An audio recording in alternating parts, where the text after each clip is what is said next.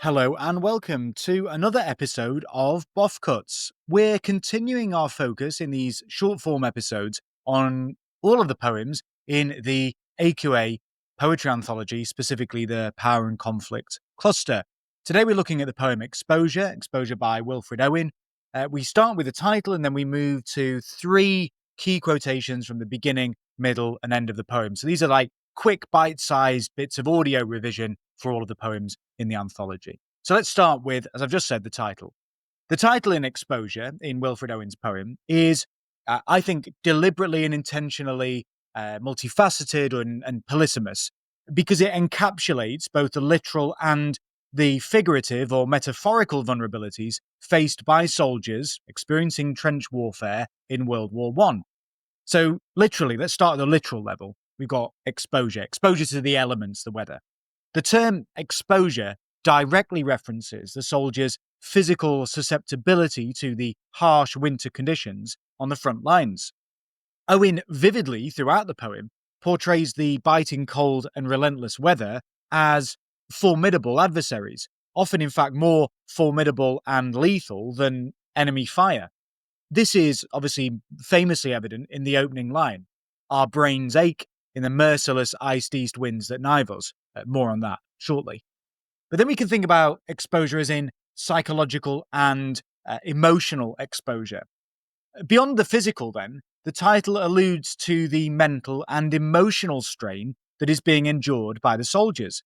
The poem delves into the psychological torment of waiting, and the erosion of faith and hope. Phrases like the refrain, "but nothing happens," occur obviously throughout, and that emphasizes, as does the poem's title, a sense of futility and despair, being exposed to all of this mental and emotional strain. It creates this very potent, powerful sense of futility and despair. And then lastly, we're thinking about exposure, the title, exposing the realities of war. So on a broader level, Owen uses the poem to expose the grim truths of warfare to his readers, to the public.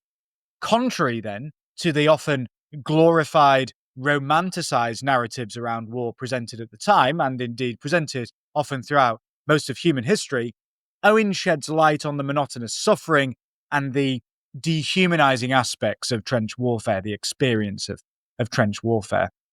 So, in essence, then, the title Exposure encapsulates, we can say, the multifaceted adversities faced by soldiers: physical, psychological, and societal, whilst also serving as a vehicle for Owen to unveil the stark realities of war to his readers.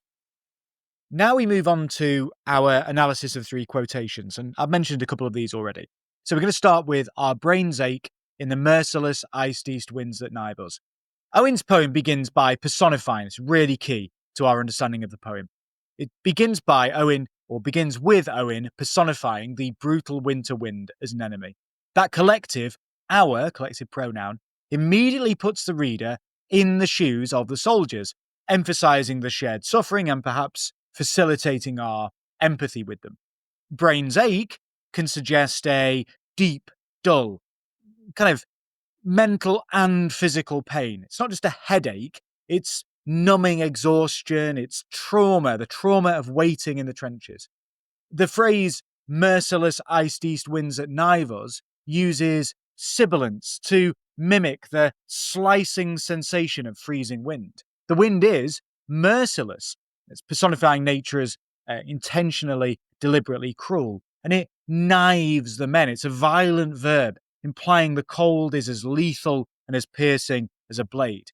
It highlights one of the poem's central themes, the power of nature as a hostile force in war, sometimes, as I said about the title too, more deadly than the enemy's bullets.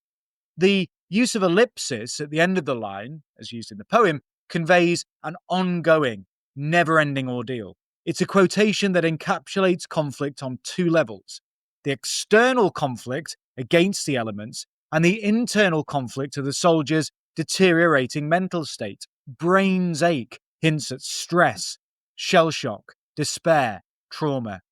It's imagery that sets a tone of despair, but also weariness, stripping away any glamour of battle. Instead of action, we get pain and waiting. It ties also into the poem's broader message about the futility and the horror of war. These soldiers are not dying in glorious charges, like in Charge of the Light Brigade, but are slowly tormented by exposure to cold and endless waiting. By emphasizing nature's merciless power, Owen also subtly criticizes the authorities that left these men in those conditions, though the immediate focus is on the sensory and psychological reality of their suffering. Okay, next quote.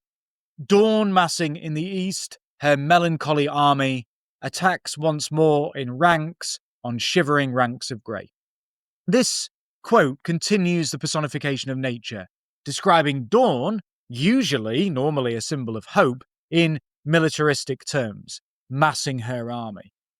Massing her army gives dawn a commanding role, as if the sunrise itself brings an assault. The oxymoron, if you will, in melancholy army conveys that this dawn isn't cheerful, it's grim and sorrowful. The morning light reveals another day of bleakness for the soldiers, with grey skies and yet more cold. Attacks once more suggests a relentless pattern of attacks, day after day. The phrase shivering ranks of grey is maybe ambiguous and evocative.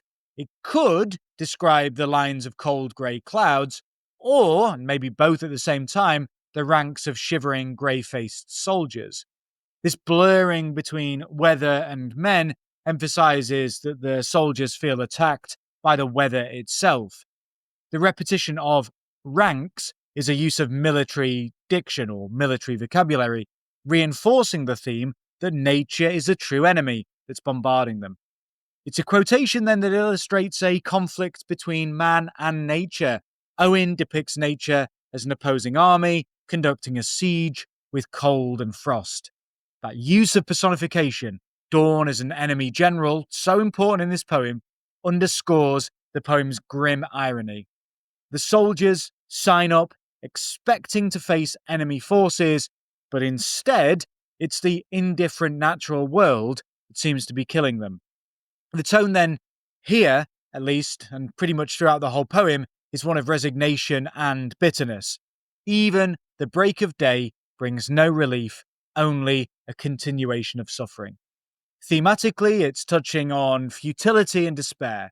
Dawn should bring hope, but in war, especially in the trenches of World War I, dawn brings just another cycle of fear and misery.